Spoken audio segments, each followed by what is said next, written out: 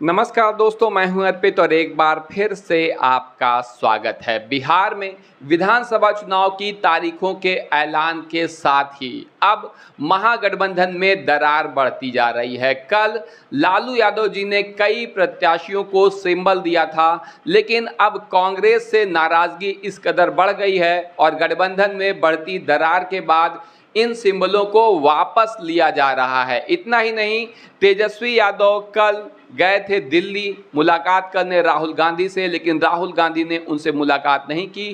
कांग्रेस के कुछ अन्य नेताओं से मुलाकात हुई तेजस्वी यादव की और इसके बाद कांग्रेस अध्यक्ष मल्लिकार्जुन खड़गे ने देर रात बिहार कांग्रेस के नेताओं से मुलाकात करके बिहार की सभी 243 सीटों पर संभावित प्रत्याशियों के नाम मांगे हैं। तो ऐसे में निश्चित रूप से गठबंधन में थोड़ा सा बादल संदेह के गहरे होते जा रहे हैं। इसके अलावा आपको याद होगा, पिछले विधानसभा चुनाव में यानी 2020 में कांग्रेस 70 सीटों पर लड़ी थी और मात्र 19 सीट पर जीत पाई थी और यही सबसे बड़ा कारण था कि तेजस्वी यादव मामूली अंतर से बिहार के मुख्यमंत्री बनने से रह गए थे। कहीं एक बार फिर वैसा ही होता तो नजर नहीं आ रहा है। आपकी जो भी राय हो कमेंट करके बताएं कि कांग्रेस को आखिर कितनी सीट दी जानी चाहिए। इस वीडियो में हम आपको बताने जा रहे हैं कि किन सीटों पर विवाद है, कौन सी सीट की मांग आरजेडी कर रही है और किन सीटों पर कांग्रेस अड़ी हुई है। आप अपनी राय कमेंट करके बताइए कि कांग्रेस को कितनी सीट दी जानी चाहिए। आपको पता होगा, इसके पहले खबर यह भी आ रही थी कि कांग्रेस अपनी गलती से सीखकर इस बार 60 सीटों पर ही चुनाव लड़ने को तैयार हो गई है। लेकिन अब जिन सीटों की मांग कांग्रेस कर रही है, देखिए सिर्फ सीटों की संख्या मायने नहीं रखती है। कांग्रेस उन्हीं सीटों पर दावा कर रही है जहां पर महागठबंधन मजबूत है, पहले जीतता रहा है, जिसे छोड़ने को आरजेडी तैयार नहीं है और इसी बात को लेकर विवाद बढ़ता जा रहा है। पहले हम आपको बता रहे हैं कि आरजेडी कौन सी सीटों की मांग कर रही है, दावा कर रही है जहां से वो चुनाव लड़ना चाहती है। आप अपनी राय इन सीटों के बारे में कमेंट करके बताएं कि क्या इनमें से कोई सीट कांग्रेस को कुछ सीटें दी जानी चाहिए या कौन सी सीट दी जानी चाहिए।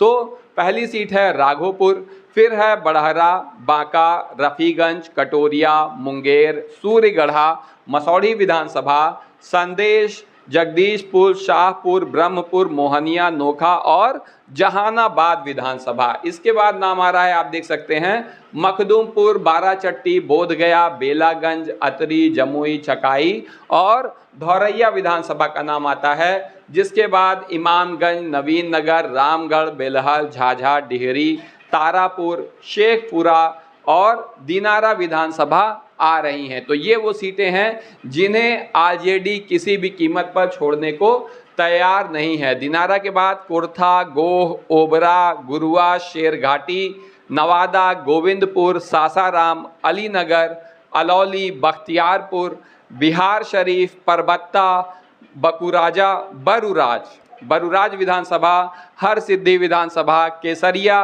कल्याणपुर, मधुबन, शिवहर, सीतामढ़ी और रुन्नी सैदपुर, बेलसंड विधानसभा, मधुबनी, राजनगर, दरभंगा ग्रामीण, मीनापुर, कांटी विधानसभा, साहेबगंज विधानसभा। ये वो सारी सीटें हैं जिसे हर कीमत पर आरजेडी चाहती है। बैकुंठपुर साहेबगंज के बाद आ रही है बरौली, हथुआ, सीवान, रघुनाथपुर जहां से उसामा साहब चुनाव लड़ेंगे, बड़हरिया, गोरिया, कोठी, एकमा, बनियापुर, तरैया, मढ़ौरा, छपरा और गरखा।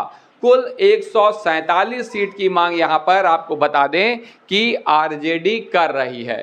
कौन सी सीटें हैं ये इसके बाद जितनी सीटें बताई, थोड़ी और सीटों के भी नाम सुन लीजिए।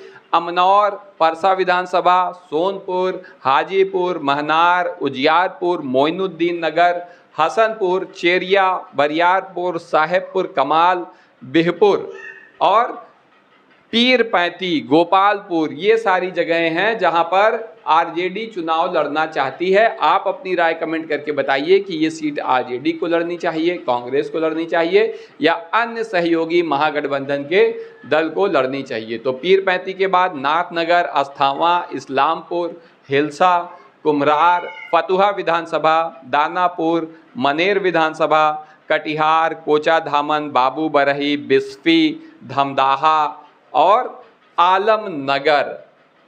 लौरिया, सुगौली, नरकटिया, ये सारी सीटें हैं। चिरैया, ढाका, परिहार, सुरसंड, बाजपट्टी, खजौली, लौकहा, निर्मली, पिपरा, त्रिवेणीगंज, छातापुर, इन सब सीटों पर सच बताएं तो कांग्रेस के पास अच्छे कैंडिडेट भी नहीं है। अगर कांग्रेस ये सीटें मांग लेगी तो उसके पास प्रत्याशी भी लड़ाने को नहीं है। नरपतगंज, रानीगंज, जोकीहाट, सिकटी, ठाकुरगंज, बायसी, बनमखनी, बरारी, सिंघेश्वर, मधेपुरा, सिमरी, बख्तियारपुर, महिषी, हायाघाट, बहादुरपुर, केवटी, गायघाट, बोचहा, कुढ़नी, महुआ, इनमें से ज़्यादातर सीटों पर आरजेडी के वर्तमान विधायक भी हैं।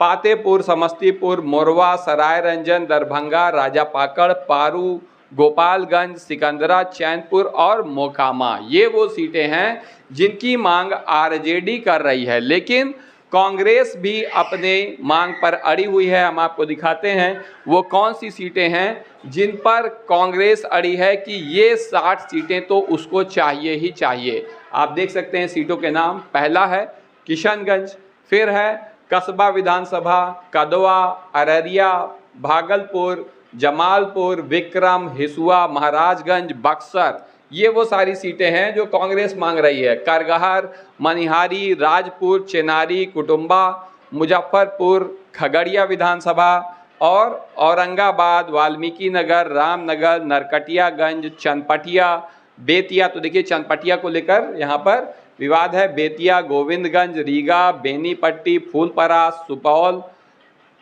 फारबिसगंज, बहादुरगंज। तो इस तरीके की सीटें, फूलपरास जैसी सीटों पर कांग्रेस कैसा प्रदर्शन कर पाएगी, आपकी जो भी राय हो। देखिए पूर्णिया में थोड़ा पप्पू यादव मजबूत हैं तो पूर्णिया की सीट भी मांग रही है यहाँ पर। इसके अलावा प्राणपुर, कोहरा, बिहारीगंज, सोनबरसा, कुशेश्वर स्थान, बेनीपुर, जाले, कुचायकोट, वैशाली, लालगंज, रोसड़ा, बेगूसराय, बेलदौर, कहलगांव, सुल्तानगंज, अमरपुर, लखीसराय, बरबीघा, राजगीर, बाढ़, बांकीपुर, पटना साहिब, गया शहर, टिकरी, वजीरगंज, वारिसलीगंज, बरबीघा, बनियापुर और मोतीहारी, ये वो 60 सीटें हैं जो कांग्रेस मांग कर रही है। और इसमें वो झुकने को तैयार नहीं है कि हमने पिछली बार की तुलना में पहले ही 10 कम सीटें ली हैं तो अब हमें हमारी पसंद की सीट मिलनी चाहिए। लेकिन अब इन सीटों पर कांग्रेस अगर चुनाव लड़ेगी तो आपको क्या लगता है कितनी सीट जीत पाएगी? पिछली बार कांग्रेस ने 19 सीट जीती थी। इस बार निश्चित रूप से राहुल गांधी की लोकप्रियता 2020 की तुलना में ज़्यादा है। लेकिन बिहार की सच्चाई ये है कि कांग्रेस यहाँ ज़मीन पर मौजूद नहीं है। अगर कांग्रेस को ज़्यादा सीटें दी जाती हैं या मजबूत सीटें दी जाती हैं और कांग्रेस वहाँ पर हार जाती है तो एक बार फिर 2020 वाली स्थिति ही फिर से बन सकती है और तेजस्वी यादव फिर से मामूली अंतर से हाथ मलते रह जाएंगे, ऐसा भी हो सकता है।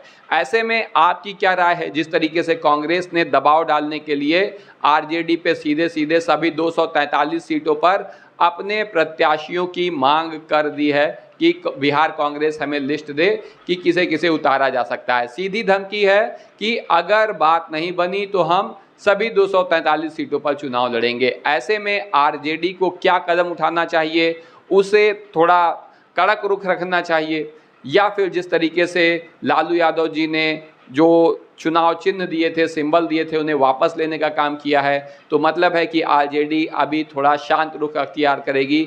आपकी इस पूरे मामले में जो भी राय हो कमेंट करके ज़रूर बताइए। वीडियो को लाइक करिए, चैनल को सब्सक्राइब करिए और अपने दोस्तों के साथ शेयर करना ना भूलिए। धन्यवाद।